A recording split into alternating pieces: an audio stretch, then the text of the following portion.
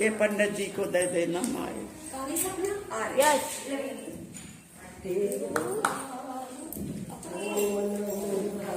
नहीं यार कुछ जल्दी हो रहा है सिस्टम। वो तो कभी होती है नहीं।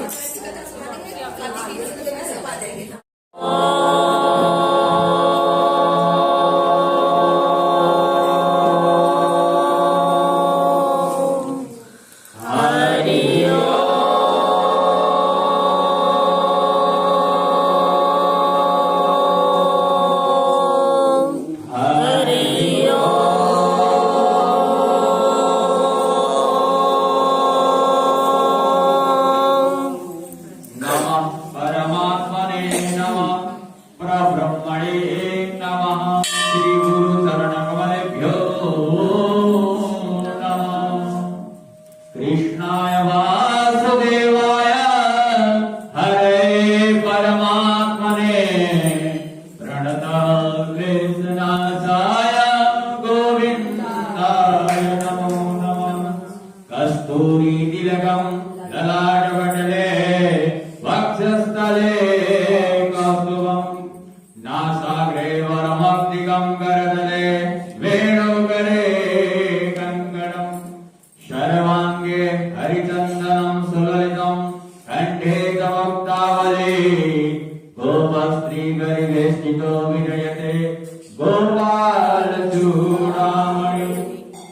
रामाय रामभद्राय रामचन्द्राय वेदसे रघुनाथाय नाथाय सीताय पतये नमः। श्री सीताय पतये नमः। नारायणाय वासुदेवाय धीमहि तन्नो विष्णुः प्रचोदयात्। मृत्युंजय महादेव त्राहि मां शरणागतः। जन्म मृत्यु जरा रोगैः पीडितं कर्म बन्धने।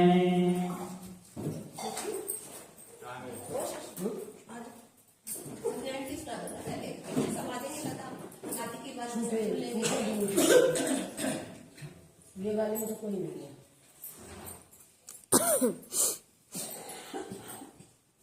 श्री गुरु शरणगो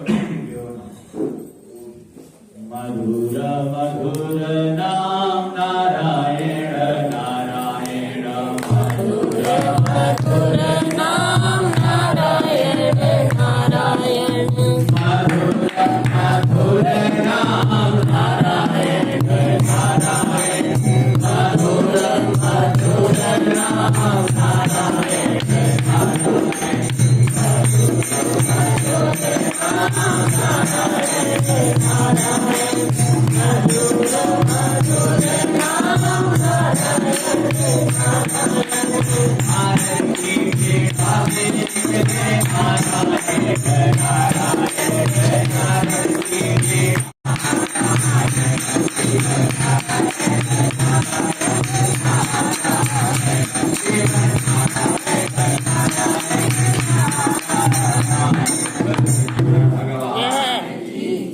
उमापति महादेव की वृंदावन बिहारी लाल की जय जय राधे। एकाग्र चित्त होकर नमो भगवते वासुदेवाय और निरंतर अपने हरि को अपने हृदय में धारण करना है और अपनी इच्छाओं को प्रकट करना है और साथ में कथा भी श्रवण करना है। कथा श्रवण करें और इसका लाभ भी लें। यानी कि श्रवण करें और इसको निकाल दें। एक तरफ से श्रवण कर रहे हैं, दूसरी तरफ से निकल रहे हैं। तो इस समय जो भी हम भगवान के निमित्त पूजा आजा करते हैं तो परमात्मा की ही ध्यान होनी चाहिए, अन्यथा कि हमारे बाहर का ध्यान। बैठे तो हम यहाँ हैं, ध्यान हमारे घर की तरफ भाग रहा है, बार बार भाग रहा है। ये मन है बड़ा विचित्र है, ये भागते रहता है, मन को वश में करता है बड़ा कैसे। तो इस सत्संग को आगे बढ़ाना है। कैसे आगे बढ़ेगा? एकाग्र समग्र भाव से, शांत चित्त से, संयम से, धीरे धीरे सत्संग को आगे बढ़ाना है। भक्तों से भक्तों को भाव से पार लगाना। ठीक है, धीरे धीरे सत्संग को धीरे धीरे करके इसको आगे बढ़ाना है। ये एकदम से कोई भी कार्य नहीं होता। एकदा नैमिषारण्य विषय शौनकादय। एक समय की बात है, योगी नारद दूसरे की हित की इच्छा से अनेक लोगों में घूमते घूमते घूमते हुए मृत्यु लोक में आ गए। यहाँ अनेक योनियों में जन्मे हुए प्राय सभी मनुष्यों को देखकर, उनके कर्मों को देखकर, उनके दुखों को देखकर, पीड़ित देखकर सोचा किस उपाय करने से, किस यत्न करने से इनके दुखों का नाश होगा। ऐसे मन में सोचकर विष्णु लोक को चले गए। वहां स्वर्ग वर्णाचार भुजाओं वाले भगवान नारायण को देखकर, जिनके हाथों में शंख चक्र गदा और सुंदर माला पहने हुए, ऐसे भगवान को देखकर स्तुति करने लगते हैं। हे भगवान, आप अत्यंत शक्ति से संपन्न हैं, मन तथा वाणी आपको नहीं पा सकती। आपका आदि मध्य अंत नहीं, निर्गुण स्वरूप। निर्गुण स्वरूप के कारण भक्तों के दुखों को नष्ट करने वाले हो, आपको मेरा बारंबार प्रणाम है, नमस्कार है। नारद जी से इस प्रकार की स्तुति सुनकर विष्णु भगवान जी बोलते हैं, हे मुनि श्रेष्ठ, आपके मन में क्या चल रहा है? किस काम के लिए आगमन हुआ? निसंकोच कहिए। तब नारद मुनि बोलते हैं, मृत्यु लोक में सब मनुष्य जो अनेक योनियों में पैदा हुए हैं, अपने अपने कर्मों के द्वारा अनेकों प्रकार के दुखों से दुखी हो रहे हैं। हे नाथ, हे दीन दयाल, हे वल्लभ, मुझ पर दया रखते हो तो बताइए कि उन मनुष्य के सब दुख कैसे ही दूर होगा? थोड़े ही प्रयत्न से कैसे दूर हो सकेगा? भगवान बोलते हैं, हे नारद, मनुष्य की भलाई के लिए तुमने बहुत अच्छी बात को पूछी है, क्योंकि हम अपने स्वार्थ के लिए, अपनी भलाई के लिए पूछते तो शायद सबका कल्याण हो, कार्य ऐसा करे कि सबका कल्याण हो, जगत का कल्याण हो। उस जगत में हम भी आ गए तो अपने भलाई के लिए तुमने पूछा तो शायद मैं नहीं बता, लेकिन तुमने जन कल्याण, सभी की हित की बात की पूछी है, इसलिए मैं तुम्हें अवश्य बताऊंगा। जिस काम के करने से मनुष्य मोह से छूट जाता है वो मैं तुमसे कहता हूँ, सुनो। बहुत पुण्य देने वाला स्वर्ग तथा मृत्युलोक दोनों में दुर्लभ एक उत्तम व्रत है। आज मैं प्रेम वश होकर तुमसे कहता हूँ, सत्य नारायण का ये व्रत अच्छी तरह विधि पूर्वक करके मनुष्य तुरंत यहाँ सुख होकर मरने पर मोक्ष को प्राप्त होता है। श्री भगवान के वचन सुनकर नारद मुनि बोलते हैं, उस व्रत का फल क्या है, क्या विधान है, कैसे करना चाहिए, व्रत में क्या क्या सामग्रियां लगती है, किस दिन करना चाहिए, वो भी हमें विस्तार से बताएं। भगवान बोलते हैं, दुख कष्ट आदि को दूर करने वाला, धन धान्य को बढ़ाने वाला, सौभाग्य तथा संतान को देने वाला, ये व्रत सब स्थानों पर विजय और कल्याण करने वाला है। भक्ति और श्रद्धा के साथ, यहाँ शब्द आता है भक्ति और श्रद्धा। ये नहीं कि हम पूर्णमासी को ही करें, जब मन में भक्ति जागे वही शुभ समय शुरू हो जाता है, क्योंकि फिर वैसा समय कभी आए या ना आए कोई गारंटी नहीं है। क्योंकि पूर्णमासी आए और आएगा, हमें कोई गारंटी है? हम इंतजार करते रहते हैं, यहाँ तो फल भर का कोई गारंटी नहीं। भक्ति और श्रद्धा के साथ किसी भी दिन मनुष्य सत्यनारायण की कथा श्रवण कर सकता है और ब्राह्मण और भक्तों के साथ धर्म प्रयाण होकर पूजा करे। भक्ति भाव से नैवेद्य, केले का फल, घी, दूध और गेहूं का चूर्ण सब भगवान को अर्पण कराकर भोग लगा दे और सभी बंधुओं से ब्राह्मण को भोजन कराए। तत्पश्चात स्वयं भोजन करे।